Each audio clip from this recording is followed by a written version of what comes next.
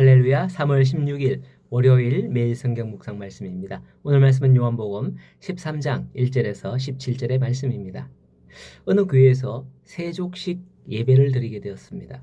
목사님은 성도들에게 서로 발을 씻어주며 사랑과 섬김을 실천하자라고 했죠.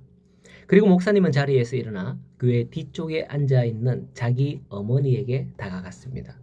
그 어머니는 평생을 힘들게 일하며 아들을 키웠고 지금은 나이가 들어 발이 굳고 거칠어져 있었습니다. 목사님은 조용히 무릎을 꿇고 어머님의 발을 물로 씻기기 시작했습니다. 거칠고 굳은 발을 씻으며 눈물이 떨어졌어요. 목사님은 울먹이며 이렇게 말합니다. 어머니, 평생 저를 위해서 수고하신 발을 이제야 씻겨드립니다. 그 모습을 본 성도들도 모두 눈물을 흘렸답니다. 오늘 묵상하는 말씀이 그런 내용이죠. 바로 제자들의 발을 씻기신 예수님에 관한 내용입니다. 4절을 보면 예수님께서 저녁 잡수시던 자리에서 일어나 겉옷을 벗고 수건을 가져다가 허리에 두르고 대야에 물을 떠서 제자들의 발을 씻기고 닦으셨습니다. 그런데 갑자기 이때 누구부터 씻으셨을까라고 하는 생각이 드네요. 베드로는 아닌 게 확실하죠. 뒤에 베드로가 차례가 돌아오잖아요.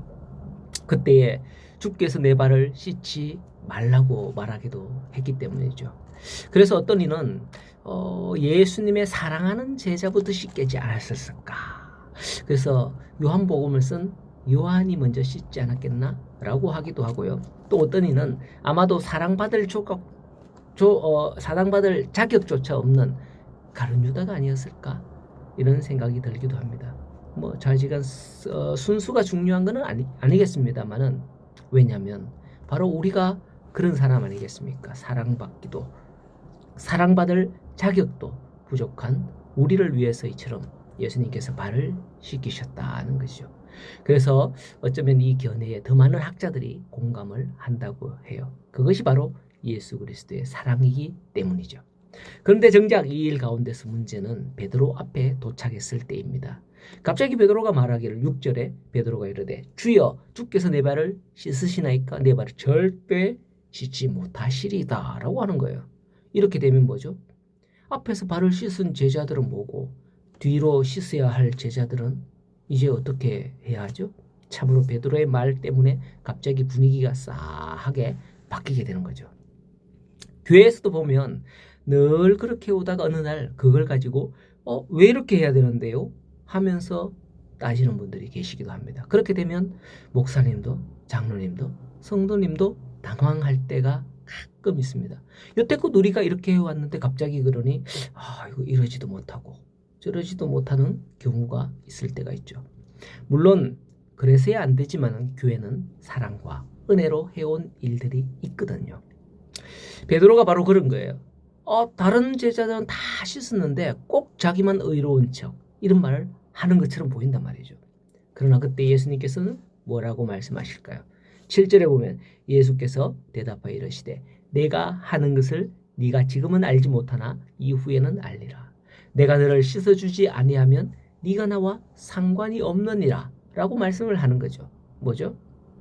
이게 사실 단순히 발을 씻어주는 것만이 아니었던 겁니다. 발은 신체 중에서도 가장 흙먼지로 오염이 쉽게 되는 그런 곳입니다. 그 때문에 씻어도 늘 씻어야 하는 곳 아닙니까? 우리가 손 마찬가지잖아요. 그죠? 씻어도 손을 늘 씻어야 되잖아요. 예수님께서는 이 세족식의 의미를 우리의 죄와 결부시키신 겁니다. 발을 씻듯 우리의 죄를 씻어주신다는 의미를 부여하고 있는 것을 볼 수 있는 거죠.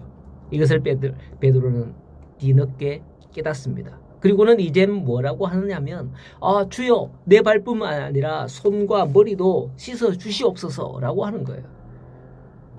발을 씻는 게 죄를 씻는 의미라고 하니 우리는 이렇게 생각할 수도 있습니다. 우리가 늘 죄에 있는 겁니까? 죄 때문에 천국 가지 못하기 때문에 발을 씻고 또 씻어야 하는 게 아닙니까?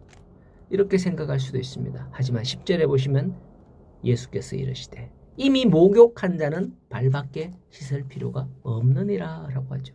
그렇습니다. 우리는 예수님을 믿는 자들로서 이미 마치 목욕을 한 사람과 같은 것이라는 거죠. 하지만 그래도 늘 더러워지는 발을 씻는 것처럼 목욕은 했지만은 일상적인 죄도 회개하고 씻을 필요가 있음을 또한 지적하는 것임을 볼 수 있는 거죠. 주의 은혜와 말씀으로 여러분들의 발도 씻기심 받기를 소원합니다.